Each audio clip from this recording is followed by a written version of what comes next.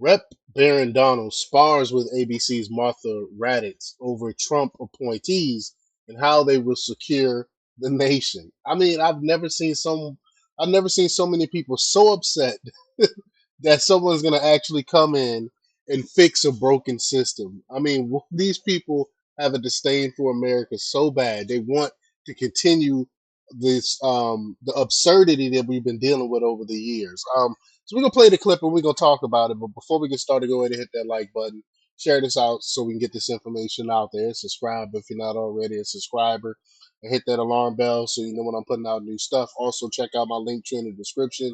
Has a link to my Patreon. That's where I talk about things that I can't talk about here. There's also a link to my Instagram and my X account, so follow me there as well. All right, so let's get into this news now.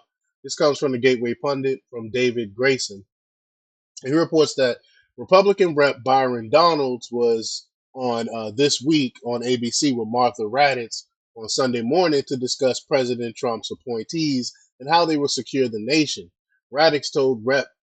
Donalds that the number of illegal aliens entering the country has decreased in the last days of the Biden administration. Donalds gave a strong, articulate answer to the reason why that's happening. So let's just hear what he has to say here. We got two clips. Let's play the first one. We know there were record-breaking border crossings during the Biden administration. But since June, migrant encounters between ports of entry have decreased by 55% in every month since July. Those encounters have been below 60,000. The last time those numbers were that low was when President-elect Trump was in office. But you think more needs to be done? Absolutely. Well, first of all, Martha, it's great to be with you. Second of all, the reason those numbers were decreasing since June is because Joe Biden was trying to win re-election. Obviously, he That's didn't it. make it to the election. Kamala Harris then tried to win the office. She couldn't get it done. But the entire time, we knew that this border crisis was man-made and Yeah. politically made by Joe Biden and Kamala Harris. So they were the ones that tried to tweak those dials, which you can do.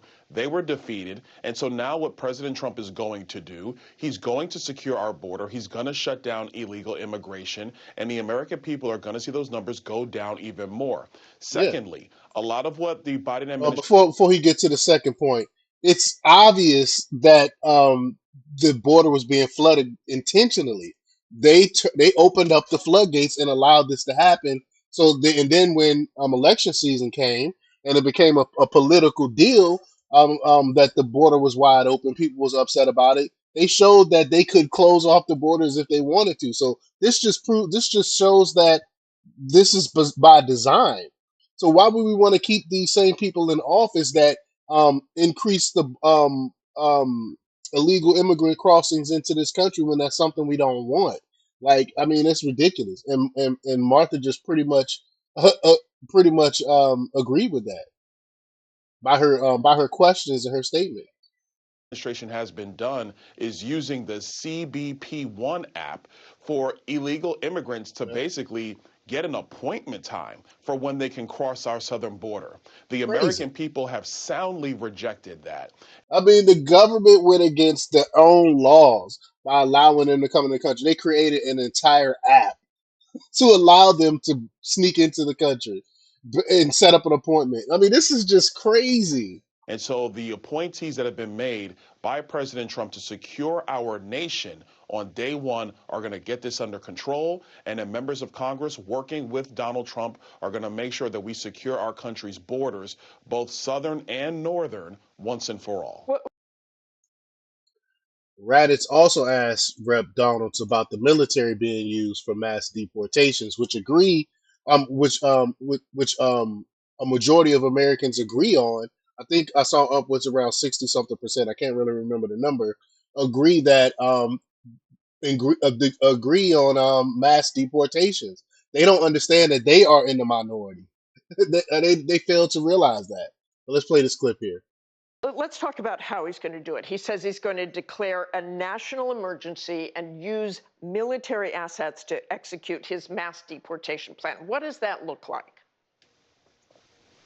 Well, first and foremost, we've been very clear throughout the entire campaign that the first order of business is going to be removing, repatriating these criminal, illegal aliens, almost to the tune of 1 million of them, back Hmm. to their home countries. That is step one. Step two, we already talked about making sure that our borders, whether it's at the But point of how do you entry, do that? the I legal want points some of entry, detail there. or in the illegal points that they're not allowed to come through. Say that again. I'm sorry. Give me some detail there. How are they going to do this? What's the military going to do?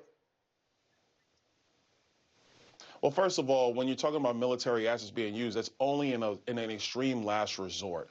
There are more than 6,000 officers who have dedicated their lives to having to remove illegal aliens from our country. Hmm. People who already have a legal deportation order, but it hasn't been effectuated by Joe Biden.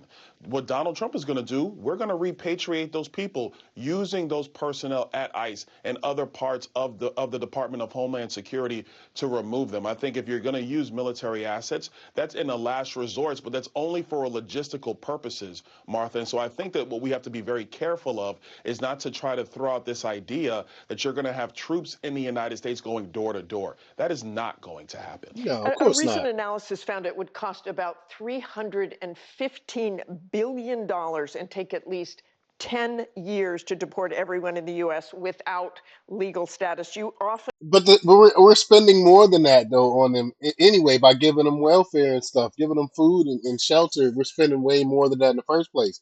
And so what if it takes 10 years? If we can get it done, so we shouldn't try. We shouldn't do it. We should just allow this to happen. Like, what is her point? What is her point by asking these questions? I don't understand. We supposed to just let them keep invading our country, I guess, according to her. talk about the need to cut government spending. So, how is this mass deportation going to be paid for?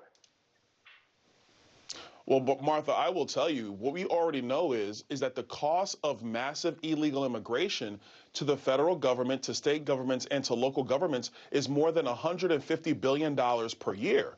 So Yeah. if you're going to say that it's That's my point. It costs more to house and feed these people than it does to deport them. What is she talking about right now? It makes no sense.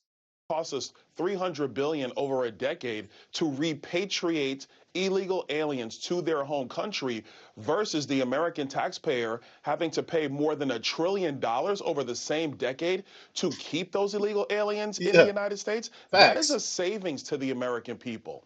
And so it is important that, yes, we are going to have to use resources to repatriate these people back to their countries where they belong, but it pales in comparison to the costs of massive illegal immigration in the United States, not just with trying to subsidize people living here, but it's also the crime that has occurred. You could bring up Rachel Nungari with the tragedy that happened to her, Lake and Riley, the tragedy that has happened to her, not to mention the displacement of the American people in their own cities when it comes to resources by rampant illegal immigration. As And far as I'm Congressman, concerned, And that's one of the reasons that's contributing to the housing on affordability. We don't have a housing problem where there's not enough housing. We have a problem of affordability, and the reason why housing costs so much is because government is spending a lot of money towards housing these illegal aliens.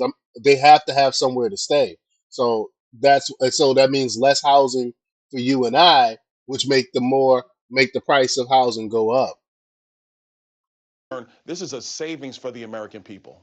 Congressman, quickly, if you will, how many undocumented immigrants do you expect President Trump to deport during his 4 years? There are 11 million, 13 million. Oh, How many?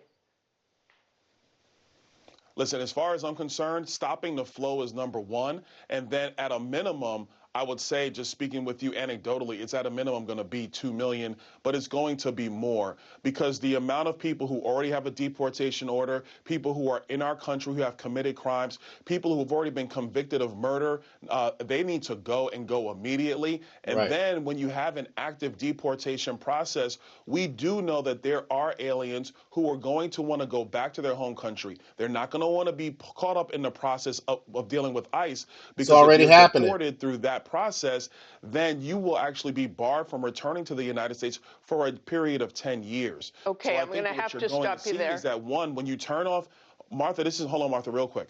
When you turn off the spigots of opening our borders, when you turn off the spigots of all this aid going to illegal aliens in the United States, and then you have a president of the United States and a government who is serious about repatriating people back to their home country, you will see that the enticement of coming to America is not going to be what it was under Joe Biden.